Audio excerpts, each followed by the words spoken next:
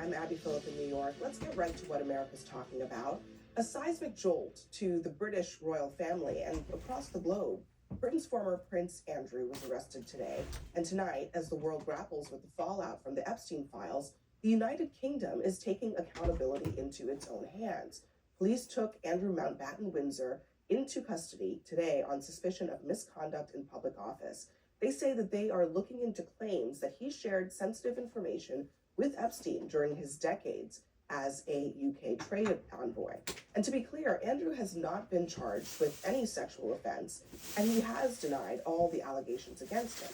He has not commented publicly on these more recent allegations. But this is the first time in almost 400 years that a senior member of the British royal family has been arrested. And this monumental moment is now raising questions for President Trump about accountability right here in the U.S. When asked about Andrew's arrest and whether anything similar would happen here, here's how President Trump responded. Well, I'm the expert in a way because I've been totally exonerated. It's very nice. I can actually speak about it very nicely. I think it's a shame.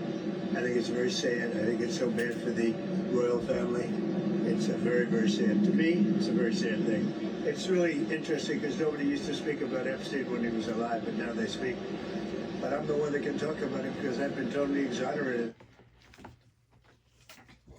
I mean, the question right now for a lot of people is, why does there seem to be a much greater appetite overseas for accountability than there is here? And then a secondary question, as you heard the president there, it's always about him, always, as opposed to about the broader concern that people have for justice for the victims here. Yeah, I was struck by the tone in his voice there, how sad it was.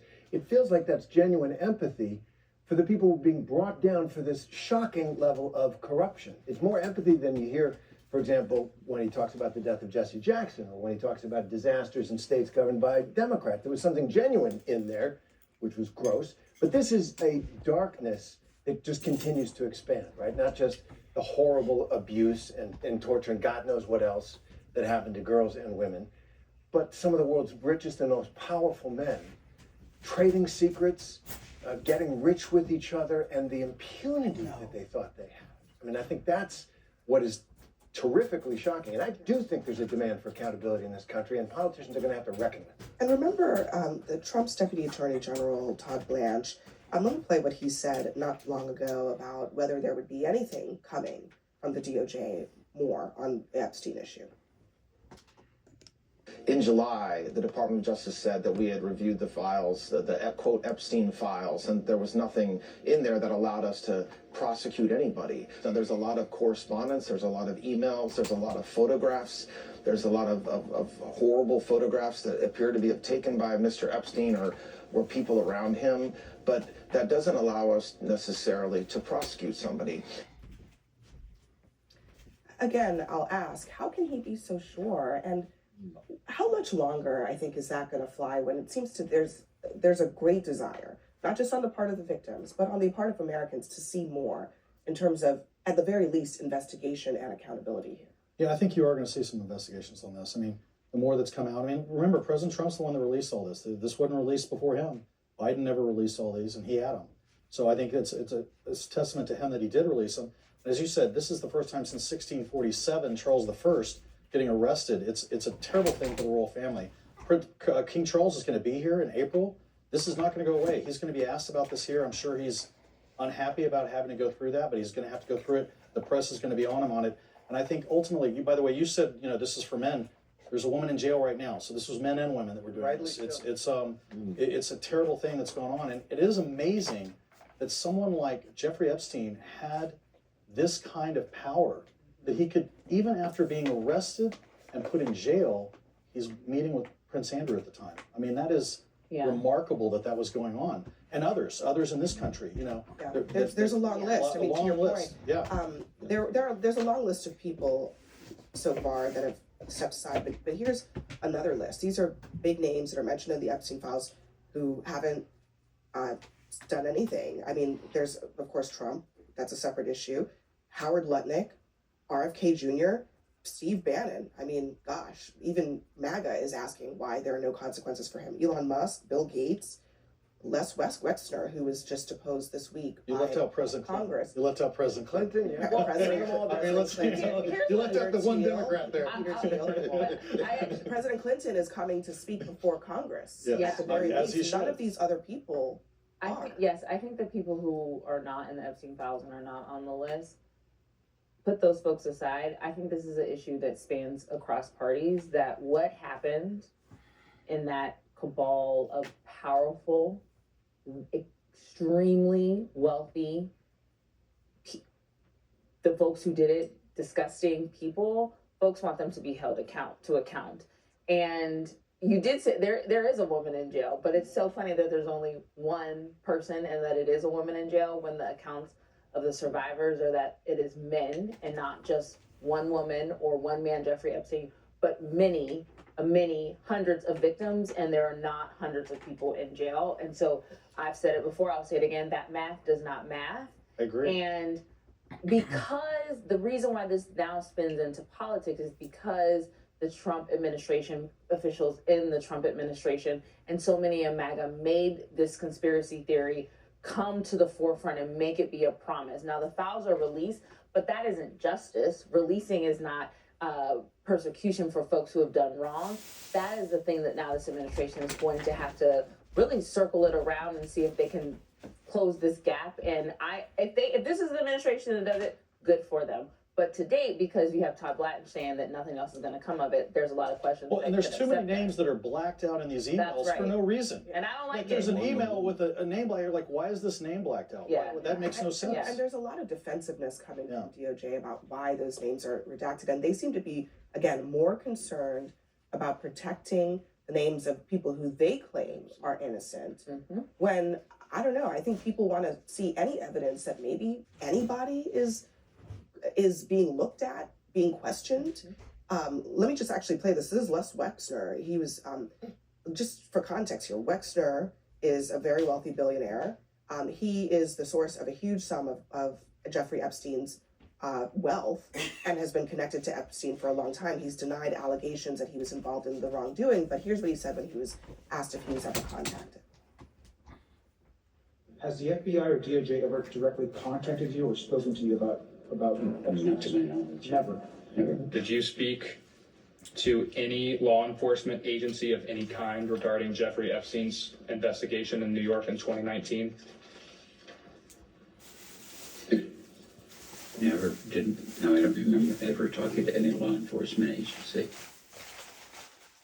How is that possible?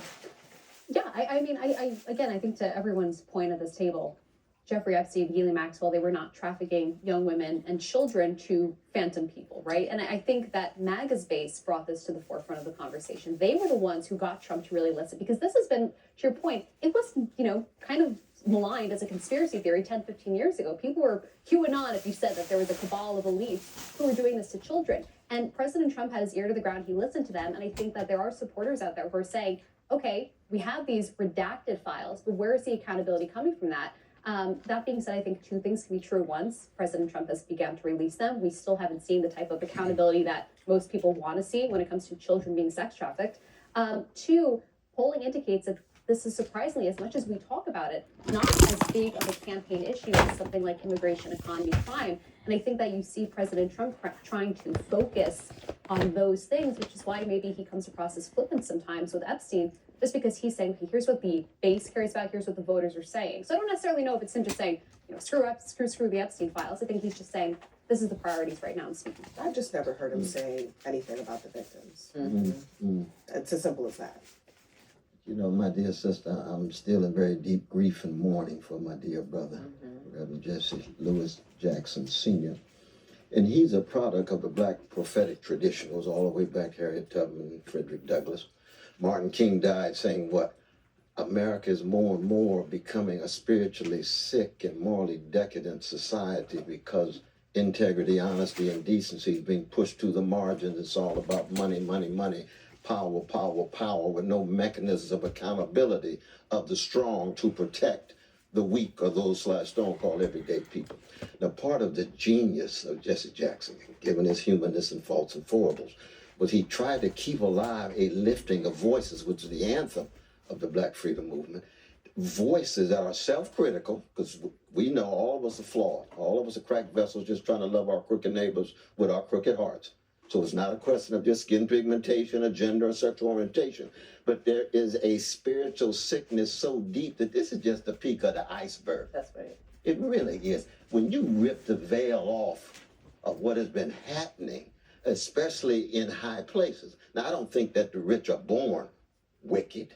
They can choose to be decent, but they can become parts of culture that reinforce, or subcultures that reinforce their sense of impunity and lack of accountability.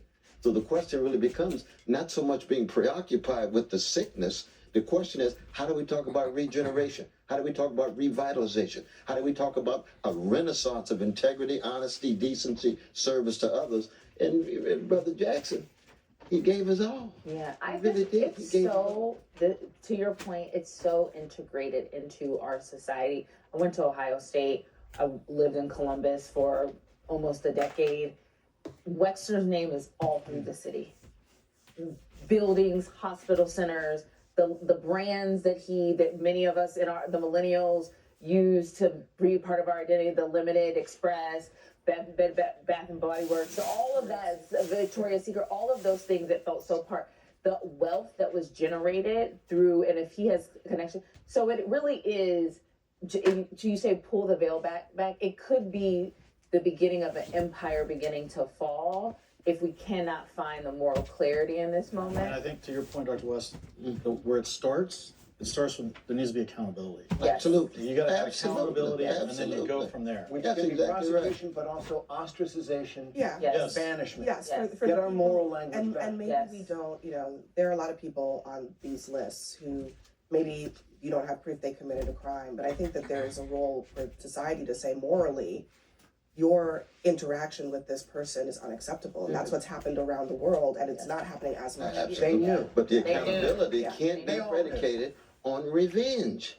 Sure. It's got to be an accountability based on principle, based on ideals that are bigger than each and every one of us, so that it renders us accountable too. That's the crucial thing. All right, next for us, a Christian nationalist who believes that women